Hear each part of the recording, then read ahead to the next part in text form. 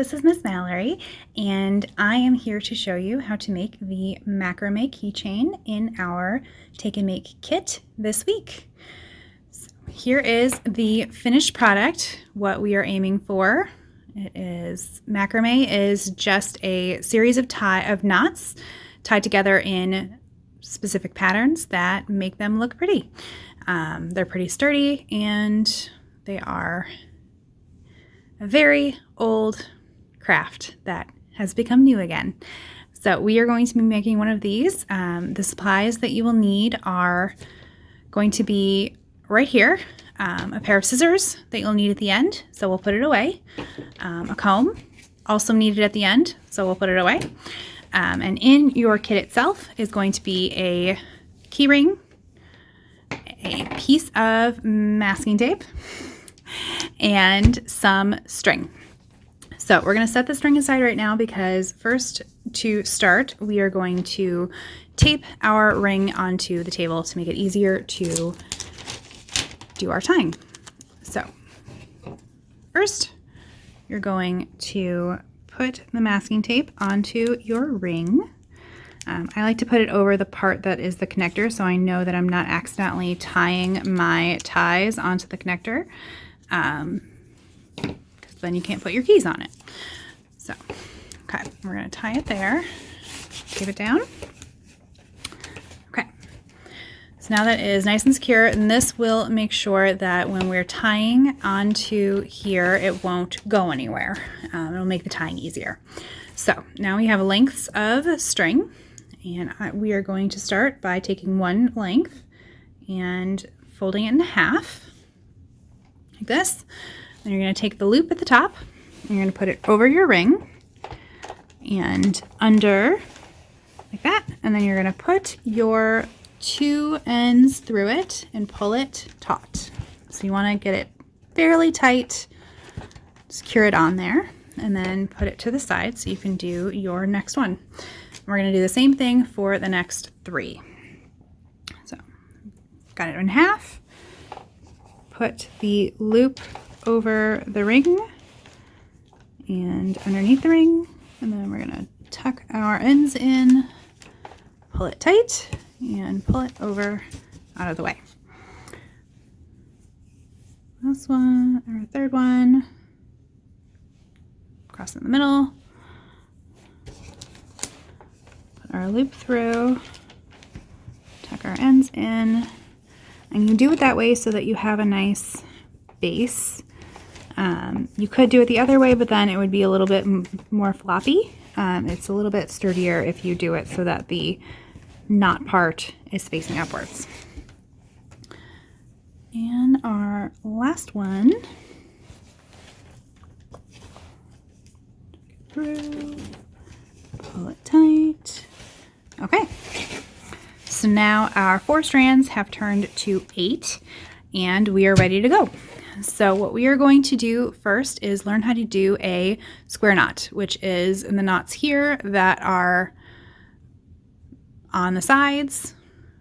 We're going to do 2 square knots here and then 1 in the middle, and then 2, 1 in the middle, 2, 1 in the middle, 2, 1 in the middle, 2, 1 in the middle, back and forth. But you only have to know the 1 knot, which makes this very easy. And there are a bunch of different ways that you can do macrame. There are hundreds of different patterns. If you don't like this pattern, you are welcome to look online to find something else. This string will work for any pattern you could possibly do. But this was the one that I found to be the easiest that looked nice.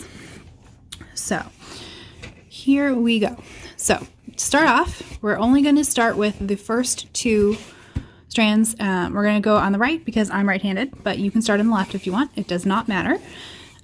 So we've got our 2 strands in the middle, and we are going to, we're going to start on the left side of the right side of our thing, and we're going to make what looks kind of like a coat hanger. And then you're going to take your right hand strand, put it over the tail of the left hand, underneath your middle strands, and then through the little loop that you made. So it's going to look like that when you're ready to pull it tight. So now we are going to hold down the middle part with our finger and pull it not too tight. You don't want it to be crazy tight. If it's too tight, it'll start bunching up, but just nice and snug. Okay, so now we've got one side set. We're going to do the exact same thing, but backwards. So we'll start with the right side, and we'll make a little thing or a little coat hanger. Put our left side over the tail and up through there. And we're going to hold it tight. And tug it nice and taut. Okay, so then next we're going to do the exact same thing on the other side. So we will start, because we're on the right side, we're going to start with the left, or we're on the left side, so we're going to start with the right. Put our left side over our tail, underneath, and through our loop. So it looks like that. And then we're going to straighten everything out and then pull it tight. Again, not too tight because then it'll start bunching, but just snug enough to hold. You do the same thing, but backwards. Okay. And there we go. Great, so now we are going to do our middle knot. And we're going to put the two on the right side and the two on the outer left side out of the way, so we don't need them right now. The outer middle ones for the other knots are now going to be the part that we are knotting over on the middle. And it does not matter if you start on the left or the right.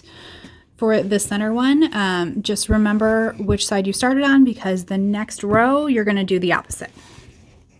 So we will make the exact same knot we did before and pull tight, not too tight. There's going to be a hole in the middle. You want that, that's fine. So then we're going to do the same thing, but backwards.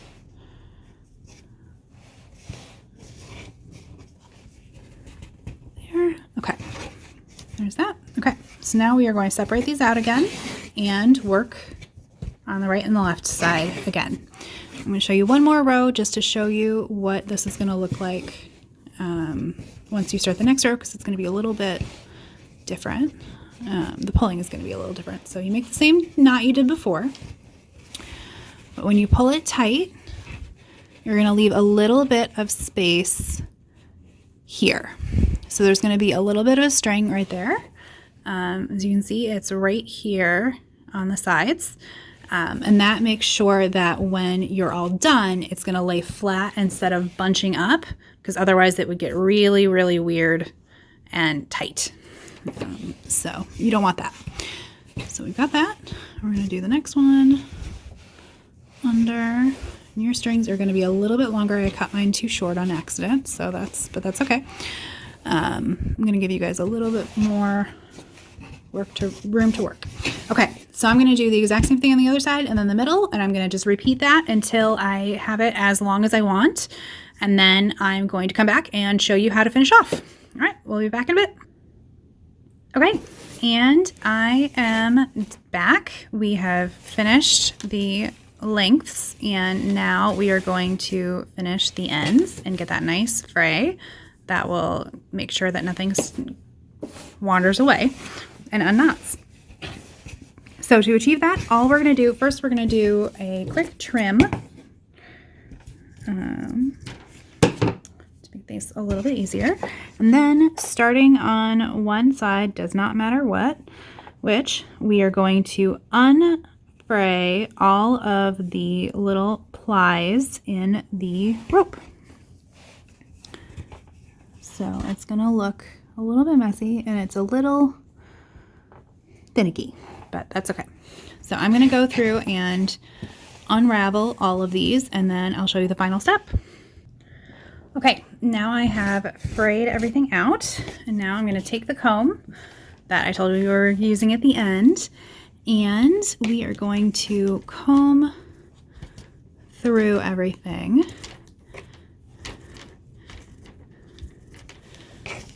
If you want, you can apply a little bit of water to the ends to uncrimp them. They stay in that little frayed thing because they were in the same position for forever. It's kind of like curling your hair if you've ever done that. So I'm going to wet my fingers a little bit with a little cup I have back here and try to wet the ends so they straighten out just a bit. Comb some more. Wet the ends a little bit more. And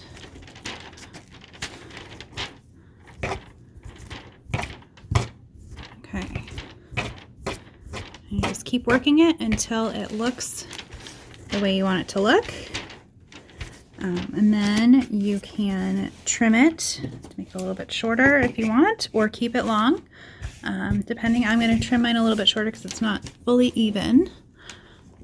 And then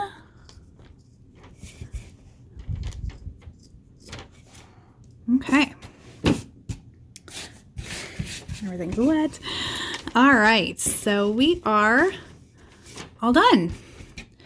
And now we're going to detach and get rid of our masking tape and rip the masking tape off because thankfully it's meant to be ripped off.